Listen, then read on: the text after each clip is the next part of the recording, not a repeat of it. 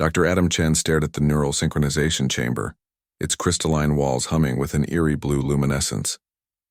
3 years of research, countless sleepless nights, and here he stood, on the verge of either breakthrough or catastrophe.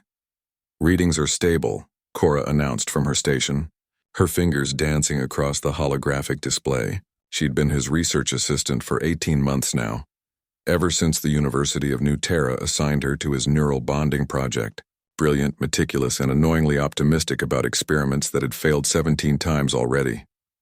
"That's what you said last time," Adam muttered, adjusting his neural crown. "Right before the feedback loop nearly liquefied my prefrontal cortex." Cora rolled her eyes. "That was a calibration error. I've triple-checked everything this time." She secured her own crown, the silver circlet gleaming against her dark hair. "Besides, someone has to keep you from accidentally lobotomizing yourself. The experiment was simple in theory. Create a temporary neural bridge between two human minds, allowing instantaneous sharing of thoughts, memories, and cognitive processing power. Humanity had conquered faster than light travel, terraformed a dozen worlds, but the universe remained vast and lonely. If people could truly understand each other, really share consciousness, perhaps humanity could finally move beyond its tribal instincts. That was the dream anyway. Reality had proven more stubborn. "Initiating sequence," Adam said, his hand hovering over the activation switch. 3, 2, wait! Cora's voice cracked through the chamber. "The quantum entanglement matrix, it's fluctuating outside normal parameters." Adam checked his readouts. She was right. The exotic matter they used to facilitate the neural bridge was behaving erratically, resonating at frequencies he'd never seen before. Any sane scientist would abort. But sanity and scientific breakthrough rarely occupied the same space. "It's within acceptable risk margins," he lied. "Adam," he pressed the switch. The universe exploded into sensation. Adam felt his consciousness pulled apart and reassembled, stretched across an impossible distance that was somehow only 3 meters. Then contact. Cora's mind bloomed into his awareness like a supernova of thought and memory. He felt her fear, sharp and immediate, mixed with exhilaration. But beneath that, deeper currents, her childhood on Mars colony, red dust in perpetual storm outside her habdome. Her father, a structural engineer who died when a solar flare fried his suit systems, her determination to never let another preventable tragedy occur, to understand how minds worked, how people failed to communicate when it mattered most. And she was in his mind too. He felt her recoil from the darkness she found there, his obsession with the project born not from altruism but from guilt. The diplomatic mission he'd failed to prevent from escalating into violence because he'd misread cultural signals. 23 people dead because one human couldn't understand another's intent. "I didn't know." Cora's voice echoed in his consciousness, not through ears, but directly into his awareness. "Adam, I'm so sorry. Get out of my head." He tried to pull back to sever the connection, but the bridge held firm. The quantum fluctuation, it had created something stronger than intended, something that wasn't breaking down. Panic flooded through both of them, a feedback loop of fear bouncing between their consciousnesses. The chamber's alarms shrieked. Warning lights painted the lab crimson. "Adam, listen to me." Cora's thoughts cut through the chaos. Not angry, not judging, just present. "Fighting it makes it worse. I can feel the neural pathways crystallizing. We need to sync, not resist." Every instinct screamed at him to reject this invasion of his private self. But she was right, he could feel it too.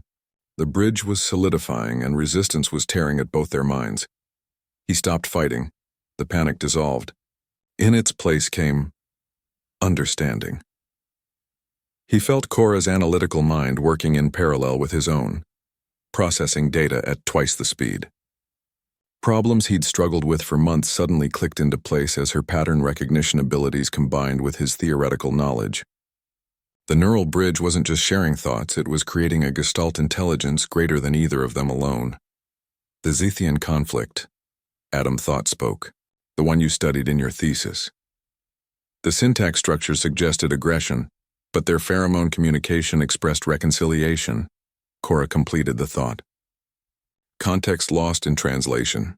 They were thinking in unison now, ideas bouncing between them so fast that individual ownership became meaningless. The failed diplomatic mission that haunted Adam. Cora's mind mapped it against 15 other xenological case studies, finding patterns he'd been too close to see.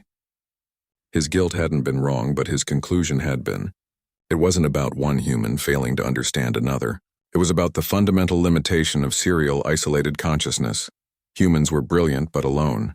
Together, though. How long has it been? Adam asked. Cora checked the chronometer. With his eyes, he realized with a start. They were sharing sensory input now.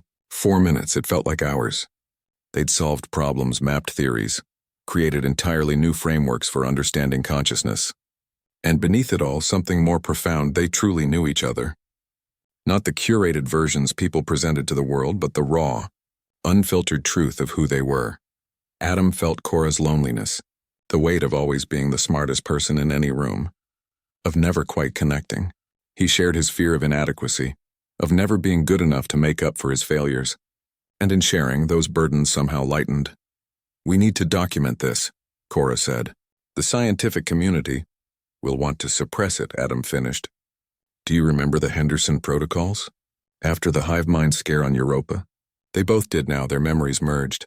The government had shut down any research that suggested humans might evolve beyond individualism. Too dangerous, too unpredictable. So we don't tell them everything," Cora thought. "We publish the failure, unstable neural bridge incompatible with human neurology. But we keep working, carefully." "That's unethical," Adam protested, but even as he did, he felt Cora's counter-argument forming. She was right. If they could perfect this, really make it safe and voluntary, they could change humanity's trajectory. No more wars from misunderstanding, no more isolation. Just connection. The neural bridge began to fade as the exotic matter depleted. Adam felt Cora's consciousness slipping away, and the loss was like tearing away a part of himself. "I'll miss you," they said simultaneously, then laughed, a sound that echoed in both their minds. The bridge collapsed. Adam gasped, his individual consciousness suddenly feeling claustrophobic and limited. Across the chamber, Cora slumped in her chair, tears streaming down her face. "That was," she began. "Everything," Adam finished. They sat in silence, two separate minds, once again, but not really. Not anymore. They'd been bonded in a way that transcended the temporary bridge. They understood each other now, truly and completely. Cora stood, wiping her eyes. "Same time tomorrow?" Adam smiled. "We have work to do." She'd been just his research assistant. But now she was something far more important. A partner in the most profound sense. Together they would find a way to give humanity what it desperately needed. Connection. The universe was vast and dark. But perhaps, Adam thought, humans didn't have to face it alone.